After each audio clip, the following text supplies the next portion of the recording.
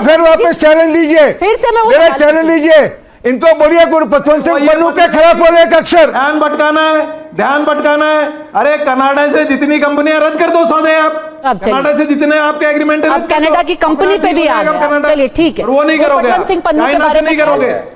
देखिए मैं आपको एक बात बताऊं, गुरबचन सिंह पन्नू के खिलाफ मुंह से नहीं बोल पाएंगे। ये जरूरत है भारतीय जनता पार्टी और उसके भगिनी संस्था जो भी ये पूछेंगी, जो भी आप करे गुरबचन सिंह पन्नू का नाम लेते क्या होता है। उसके बाद सुनिए, नहीं आप सुनिए, पद्मजा जी सुनिए, दानिश कुरैशी बोलेंगे, फिर उसके बाद विनोद बंसल। अब सवाल वो आगे ये करेंगे कि भाई आप इसको क्यों नहीं मानते, भारत है तो उसको क्यों नहीं मानते, आप मुसलमान हैं इसलिए, वो ये सवाल करेंगे। दूसरी पार्टियों को ये कहेंगे कि भाई वहां मंदिर बना तो आप वहां क्यों नहीं जाते। तो सारे सवाल जो है वो ये भारतीय जनता पार्टी और उनकी जो एफिलिएटेड ऑर्गेनाइजेशन है यही तय करेगी कि दानिश कुरैशी क्या बोलेगा, दूसरा क्या बोलेगा, तीसरा क्या बोलेगा। तो ये होने वाला है। अभी जुनैद हारिस भी बोल रहे थे कि भाई कोई भी आदमी है जिसको जरा सा भी किसी इंसान के लिए दर्द होता है, अगर किसी को पीटा जा रहा है तो एक स्टैंड लेने में कोई हर्ज नहीं है। उसके लिए किसी की राजनीति, किसी पार्टी, कोई नेता होने की जरूरत नहीं है। और इसीलिए अपेक्षा रखी जाती है कि जो भी पैमाना आपने फिलिस्तीन के लिए इस्तेमाल किया वही आप हिंदुओं के लिए भी करेंगे, या तो वो ढाका हो या फिर कनाडा हो। इसमें कोई राजनीति की बात नहीं है। तो आम आदमी भी आपसे सवाल पूछेगा। तो हम वही तो कह रहे हैं ना, जो भी भारतीय है भारत की तमाम पॉलिसी के पक्ष में है, पर बोलते नहीं है सर, बार बार यही तो पूछा जाता है। वही तो कह रहा हूं, अभी आपने दिखाया कि कल एक्स पे इतना सारा सब कुछ चलता रहा, तो सवाल तो मोदी जी से भी तो है ना कि आप भी तो नहीं बोलते आप संघ समाज पे। तो तमाम क्या दर्द क्यों किसी हिंदुओं को नहीं है? ऐसा नहीं है, उनको भी है। लेकिन दिक्कत यह है कि जब सरकार पॉलिसी बना के इस तरीके के सवाल उठाती है कि भाई आप ये इसकी माता और उसके पिता पे नहीं बोलेंगे, आप वहां मंदिर में नहीं जाएंगे, तो ये तय करने का काम इनका नहीं है। तो 10 सेकंड और अभी एक पैनलिस्ट ने किसी ने बोला मुझे एक टिप्पणी करनी है इनके बात पर। सुनिए, विनोद जी बोलेंगे, फिर आरपी सिंह। वो तय करेंगे कि कौन सिख है, कौन मुसलमान है, कौन हिंदू है, वो बैठ के यहाँ पैनल में बैठ के तय करेंगे। मुझे लगता है इनसे बाहर निकलने की जरूरत है। सर उन्होंने ये कहा कि जो काम उन्होंने किया, किसी को पीटना, किसी को मारना, ये सिक्खी नहीं है।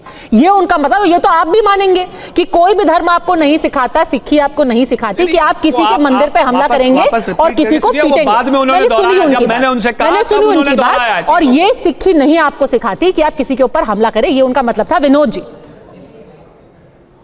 और मेरा सवाल आपसे विनोद जी ये है, अभी क्या बोला इन्होंने, दानिश कुरैशी ने, उन्होंने कहा कि भाई बीजेपी भी चुप रहती है तो उनकी चुप्पी बनाम एआईएमआईएम की चुप्पी। हर किसी ने फैसला ले लिया है कि वो किसके लिए अपनी आवाज उठाने वाले हैं, किसके लिए चुप रह जाएंगे। देखिए, बीजेपी की जवाब देने के लिए तो आरपी सिंह जी बैठे हैं, लेकिन मैं कहना चाहता हूं दानिश कुरैशी जिस तरह से बचते हुए नजर आ रहे हैं ना, इनको अलग सा याद है, लेकिन मंदिर हिंदू सभा मंदिर याद नहीं है। और ऐसी कांग्रेस के गांधी जो है ना पटियाला से हमला करेंगे और डिबेट में यहाँ बैठे वरुण पुरोहित हिंदुओं को उल्टा टांगने की बात करेंगे, लेकिन इसके बावजूद तो हिंदू समाज चुपचाप सुन लेगा। आप देखिए, ये है कांग्रेस की संस्कृति। और कांग्रेस की कोख में से जन्मे जितने भी राजनेता है ना जी, तो ये एक नहीं है, एक बड़ी फौज भारत के अंदर तैयार हुई है, जो कि परिवारवादी जो सारी राजनीति है ना जी, ये राजनीति जो है ना अवसरवादी राजनीति के वो हथकंडे हैं सारे के सारे। लेकिन हिंदू समाज को इन सब की चिंता नहीं है। हमें किसी से कोई एक्सपेक्टेशन नहीं है। हम नहीं चाहते कि कांग्रेस कुछ बोले, कम से कम कुछ बोल नहीं सकते, सही नहीं बोल सकते तो गलत मत बोलो ना यार। पटियाला में बैठ करके अगर आप इस तरह के शब्दों का प्रयोग करेगा कोई गांधी, और वो भी भारत का सांसद, मुझे लगता है बेहद शर्मनाक है। इसके खिलाफ देशद्रोह का मुकदमा होना चाहिए और इसको तुरंत जेल में डालना चाहिए मेरे हिसाब से। और इस व्यक्ति की सांसदीय सदस्यता भंग करनी चाहिए। कांग्रेस माफी नहीं मांगेगी, मुझे पता था। मैं यही बात आपके डिबेट के माध्यम से एस्टेब्लिश करना चाहता था कि कांग्रेस माफी तो नहीं मांगेगी, उल्टा हिंदुओं को उल्टा टांगने की बात जरूर करेगी। ये बात पूरी रीएस्टेब्लिश हो गई। ठीक है, क्योंकि नहीं, आप मोदी जी से इस्तीफा मांगेंगे नहीं मांगेंगे या नहीं मांगेंगे कनाडा के मामले में कि भारत सरकार का फेलियर रहा तो मोदी जी इस्तीफा दीजिए, मांग पाएंगे? बंसल साहब नहीं मांग पाएंगे आप, क्योंकि आपकी नीति जो है ना, मैं फिर से रिपीट कर रहा हूं कि वहां हिंदुओं के हित की बात ही नहीं है, यहाँ सरकार का पक्षधर बनने की बात है। ईमानदारी से आप बोल के बताइए एक बार कि आप कहिए कि भाई मोदी जी की जो नीति थी वहां फेलियर हुआ और उनको इस्तीफा देना चाहिए। बोलिए, आप बोल नहीं पाएंगे।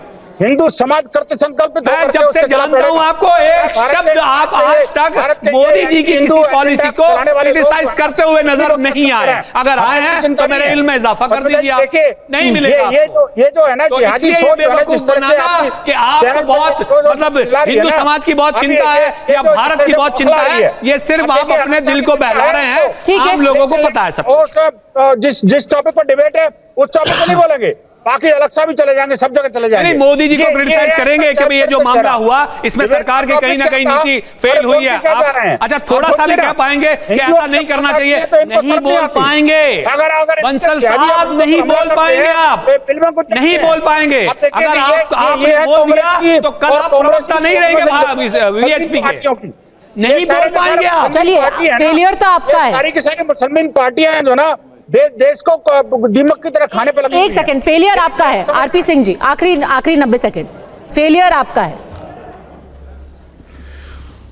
पद्मजा, हमने जितने सख्त कदम उठाने थे हमने उठाए हैं, भारत सरकार ने जितने सख्त कदम उठाने थे उठाए हैं। हमने जाकर शर्म शेख में ये नहीं कहा कि हमें शर्म आती है जो मनमोहन सिंह जी ने किया, परंतु जो मूल बात मैंने कही वो मूल बात से फिर वापस भाग गया। मैं रिपीट कर रहा हूं, इनमें से एक आदमी गुरबख्श सिंह पन्नू की निंदा नहीं करेगा, उसको नहीं कहेगा कि गलत है वो, क्योंकि इसलिए नहीं कहेगा क्योंकि पता कि उसको गलत कहेंगे तो राहुल गांधी को गलत कहना पड़ेगा।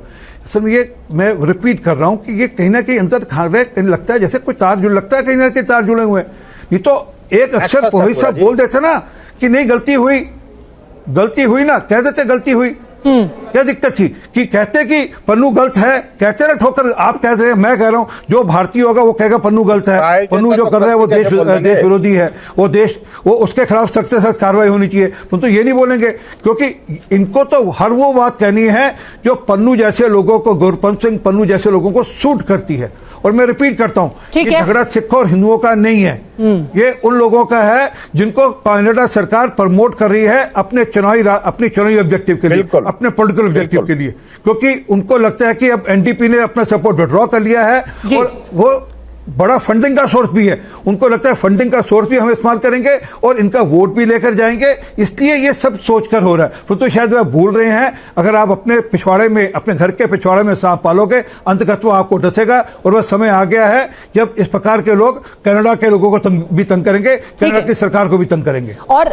100 बात की एक बात यही है कि अगर मुद्दा कुछ लोगों का है, ये किसी धर्म विशेष का नहीं है, मुद्दा सिर्फ इतना है कि अगर कुछ ऐसे असामाजिक तत्व हैं जो कि हिंदुओं पर हमला कर रहे हैं तो उनके खिलाफ आवाज उठाने में क्यों किसी वोट बैंक का डर आड़े आ जाता है। अड़ी में आप सबका हमसे जुड़ने के लिए बहुत बहुत धन्यवाद।